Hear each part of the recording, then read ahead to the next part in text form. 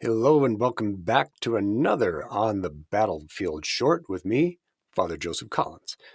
Today we are going to talk about something that has been on my mind quite a lot lately, and it's the need for us to be able to keep life in tension, to even hold just two opposing thoughts in tension. We really, as human beings, and especially as busy human beings, want life to be simple. We want it to be black and white. We kind of need it to be easy because the amount of physical and mental energy that it takes for us to make all the small micro decisions in a day that we have to make is grueling, it's exhausting, it's confusing. And that makes it even more necessary for us to really be deliberate about slowing our lives down. And when we encounter an important issue or something that we perceive as important, to pump the brakes, slow down, and really do some deliberative thought and ask for other people for their thoughts. And not just people who tend to agree with you, but people who you trust to push back, people that you trust may even have a differing opinion, and then having the curiosity and the patience and the willingness to hear their side of the story. Like, for example, life is just full of tensions, and many of us have a lot of political and social and interpersonal tension that we deal with every day. And those tensions are not made easier by having social media accounts. They're not made easier by overindulging with your either online or streamed or kind of old school media sources, wherever you choose to get your media from. Overindulging on that sort of thing doesn't help either, because we're pumped full of the ideas of other people, and then it becomes very easy to fall into echo chambers, to take a side, to become the member of a team or a tribe, and completely exclude what the other people are trying to say because they are by default wrong. But are they? Can both of you be right at the same time to a degree? Can we both be wrong at the same time to a degree? That's the important thing that I've been trying to think through, is like, how do we as humans show the deliberateness, the sensitivity of thought, the willingness to hear, the willingness to be wrong?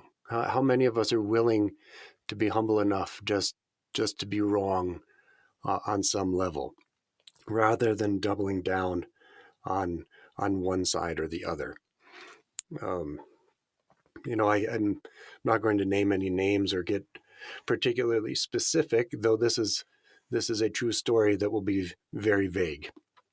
There is a person who I am aware of that is very, very polarizing, and it's not because the person as a person is a polarizing figure, but some of the things that they have done in the past in public have been polarizing. By choosing to do certain things, it has given the optic that they believe certain things. And then people who agree with what they've done or disagree with what they've done take the side of saying this person is great or this person is evil, while at the same time completely ignoring the station of that person and the God-given authority that that person has.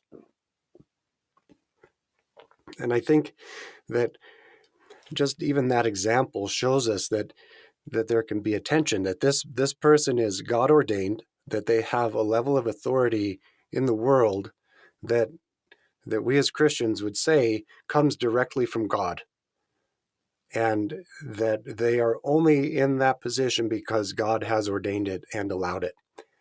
Kind of like Saul in the Old Testament. He made mistakes, he was God's ordained, and God said no more. But until it was God's time for that person to be removed, he was, even in the eyes of King David, God's ordained. So this person is God's ordained.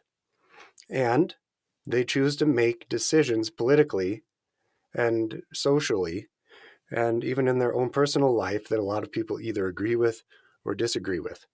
We have to be able to be sophisticated enough in our thought processes to allow those two things to remain in tension. To be able to see what we like or dislike and say, I dislike what you did over there. That does not represent me well. However, you are still God's ordained. This sort of thinking, though difficult, is required of us, I think.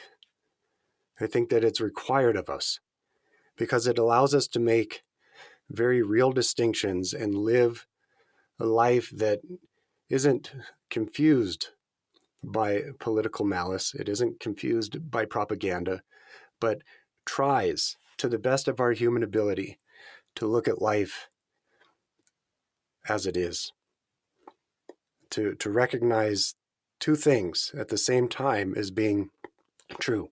I disagree, however, you're God's person. So, if you think I'm right, cool. If you don't, I'm okay with that. And I would love to hear more of your perspective on that. So please feel free to leave comments.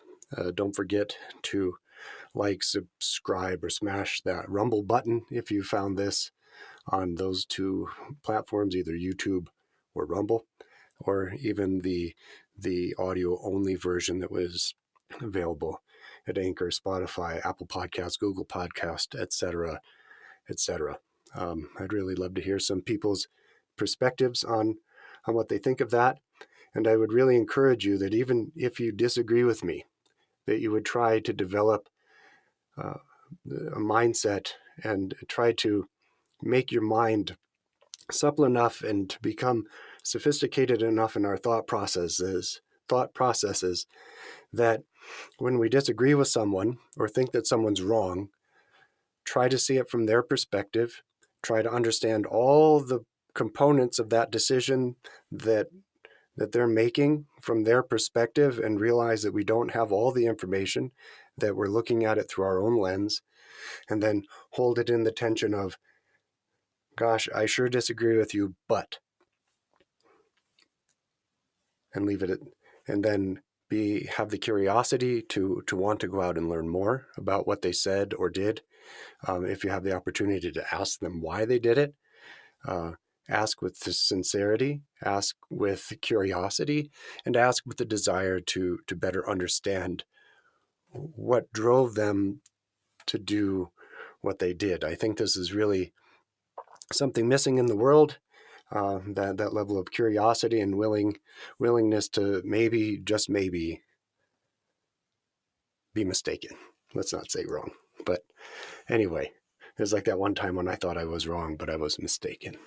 But anyway, may God bless you and keep you. May He give you the presence of His love by the grace of His Holy Spirit throughout the day, and may He make you strong, diligent, and vigilant out there as we persist on the battlefield. Bring the funk back.